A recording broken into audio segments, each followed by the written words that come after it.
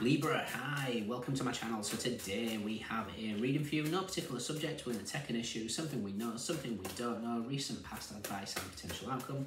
At the end there will be an opportunity for an extended where we'll dive in deeper. You can watch this for Virgo, Sun, Moon, Rising, Venus, Mars, Mercury, North Node, or if any of those planets are currently transiting your 7th house. This could be for you.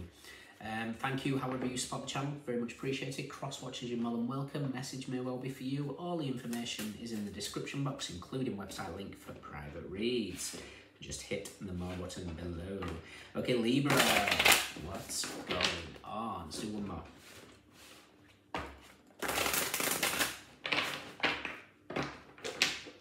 Have you got somebody tongue-tied?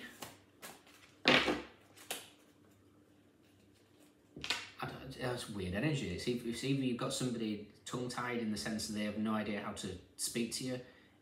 You could have said something to somebody that's just put them in their place and shut them up. Or somebody can't get a word in. Who knows? We have the Four of Wands. This is completion. This is celebrations. Something has completed. Okay. How interesting. I'm seeing Nordis, but twice. So you've got two interesting things coming up. So Nordis is the rune of need. It's a need fire. It's also restriction, but for me, purely because of the timing, for me it's suggesting two things that's happening. The reason being, from the 14th of November up until the 28th of November is ruled by Nordis. How interesting. I'm going to read from the Norse book that I've got just to see what it is, but there's two, because there's two that I'm seeing. What do we know? What don't we know?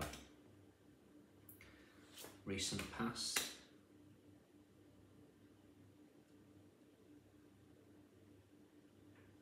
Advice.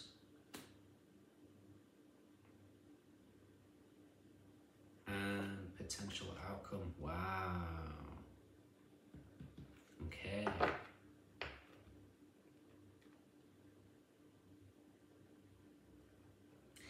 Something is balancing. We got the Knight of Swords, which is interesting actually, because I was kind of getting the energy of the. If you've heard me tell this story many times, I apologise.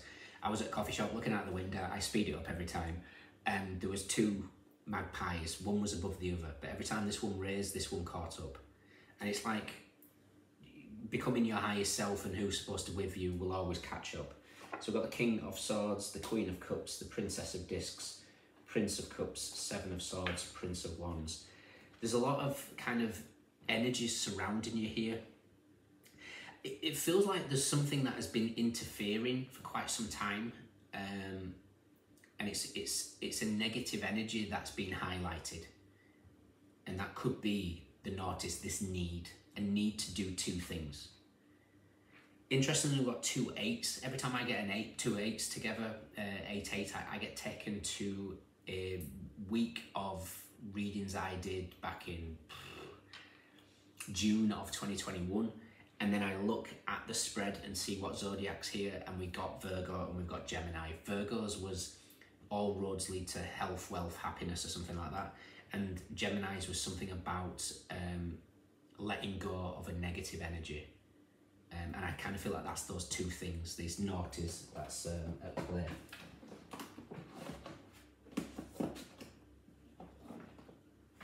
Excuse me for wrecking the place. Right, noughties. Necessity, restriction, need, fire. The restriction of necessity and the grueling drive and power of need. Nordis comes to us to strengthen our resolve to do the things that must be done to survive and overcome current obstacles and adversaries. To hold Nordis is to keep the fort, to find that stronghold within us, the one we can call upon in moments of pause, of darkness. This rune can be viewed as a pivot on our forward path, a chance to shift and change trajectory. Also connected to Skuld, the Norn of the future, Nordis offers an opportunity for re-evaluation in moments of necessary stillness. The power to choose is ours, and is a powerful choice indeed. This 10th rune offers us clarity in moments of constriction and confusion. 4 of Wands, what we're aware of is the Hermit, the internal moment of stillness, where we seek the answers within. What we're not aware of is the 3 of Cups. The 3 of Cups is the card of abundance. The 3 of Cups is the energy of joy, friendship, kinships. But it's also pointing out here, maybe there's connections within your world that's, you know, it's interesting. I was just saying to Virgo as well in the in their extended, I read a couple of things, well, one thing about herd mentality. If a you know, sick dog is with bad habits, I'll read it, otherwise I'm just going to blabber on.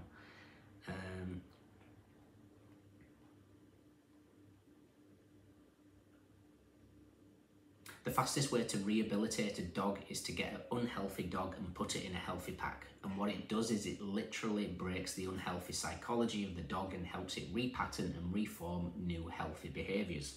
Same with horses, same with humans. The fastest way to, proverbial, up your success is to be hanging around the wrong people. It doesn't matter how strong someone's psychology is, the herd will break the psychology every single time. And this could be a moment here where you recognise those type of energies. You know, what is conducive to your growth, what isn't. Recent past is the 8 of Wands. The 8 of Wands is Mercury in Sagittarius. The recent past is we've just moved into Mercury in Sagittarius. It's also in its shadow retrograde, which kind of brings things back from the past. Jupiter in Gemini, 8 of Swords advice, is in retrograde, going back over something. So something that maybe happened in Virgo season with the Hermit, or even your outcome being the Lovers is Gemini. Those type of seasons could be coming back up for review. Was the decisions made? Was there an opportunity to pull away from something to go within and have a greater clarity on something? Whatever this is there's a call for recognizing that a decision needs to be made. The Lovers, and like I said with that Nordis, it was putting you in the power seat. It was putting you in this decision-making capabilities. So I don't know what's gone on here. There is a situation where you've sought internal, or at least that's what you've been asked to do, to sort internal clarification. This is recognizing that sometimes when we seek it elsewhere, we confuse matters. And there's this moment, this Nordis, this moment of recognizing what's not good for us anymore, what is good for us, and making decisions based on that. Interesting. I'm going to look up where Wheel of Fortune is, because we've got Gemini here and we've got Jupiter in Gemini. Like I said, Jupiter is in your 9th house. No. Yes, 9th house of spirituality, further education, expansion, growth, spirituality, teachers, gurus. So this could be where you're recognizing where you're giving your power away to so-called spiritual teachers, gurus. You know, never give your power away. Watch my videos, but don't give your power away to me. And like the videos. But yeah, essentially, the greatest spiritual tool is all answers are within. It's cliche, but it's because at the ultimate point, you don't recognize it until that clarity, that click, that realization. Oh yeah, I knew it all along. So yeah, there's something here that's just kind of, there could be a revisiting of a conversation that maybe, like I said, took place Virgo season, Gemini season. It doesn't have to be. There's something here that just needs possibly looking at. With the 8 of Swords being the card of interference, be mindful of these 3 of Cups. You know, this could be third-party energies that are interfering with you and what your dreams are. You know, the 4 of Wands is completion. What's your dream? What's your view of the Venus in Aries? The Empress meets the Emperor. If this is partnerships, you know, why let anybody else interfere? What is your inner voice saying? Okay? Something about it feels like you're going to challenge others' version of who you should be, which is a great thing, especially with Lilith in your sign at the moment. She's going, again, proverbial, I won't shout out loud, I don't want to get told off by YouTube, but this is, you know, this is like Lilith empowering you to say, hang on, no, this doesn't feel right for me, this feels right for me, and I'm going to make that stand. Fascinating. Let's see where that wheel is.